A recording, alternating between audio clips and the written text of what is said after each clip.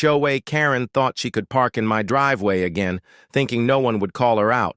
Well, I had a little creative revenge in mind, so I painted around her car and called it art. Now she's the one left dealing with the mess, and I'm getting all the attention for my masterpiece. For weeks, HOA Karen had been parking in my driveway without permission, as though the world revolved around her.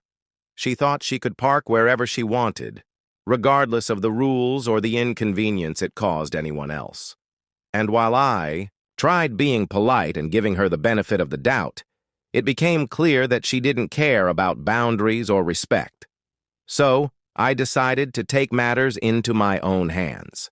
Instead of confronting her directly or calling her out in the usual way, I wanted to show her exactly how it felt to overstep without consequences.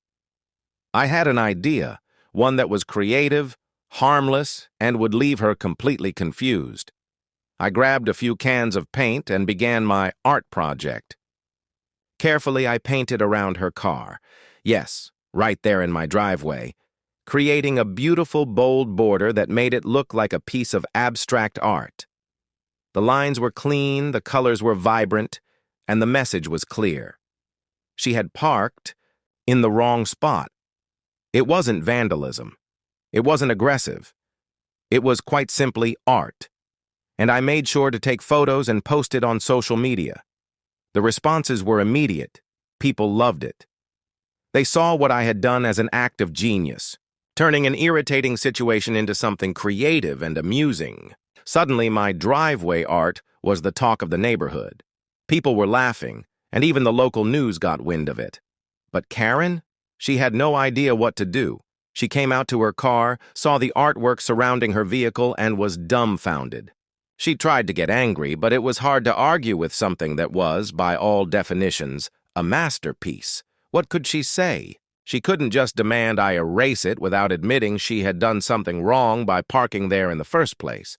She finally moved her car, but not before the whole neighborhood had a good laugh at her expense. The best part? She had no way to get back at me. The art was already a public spectacle, and her attempt to reclaim her dignity only made her look more ridiculous. What started as a frustration turned into a playful statement.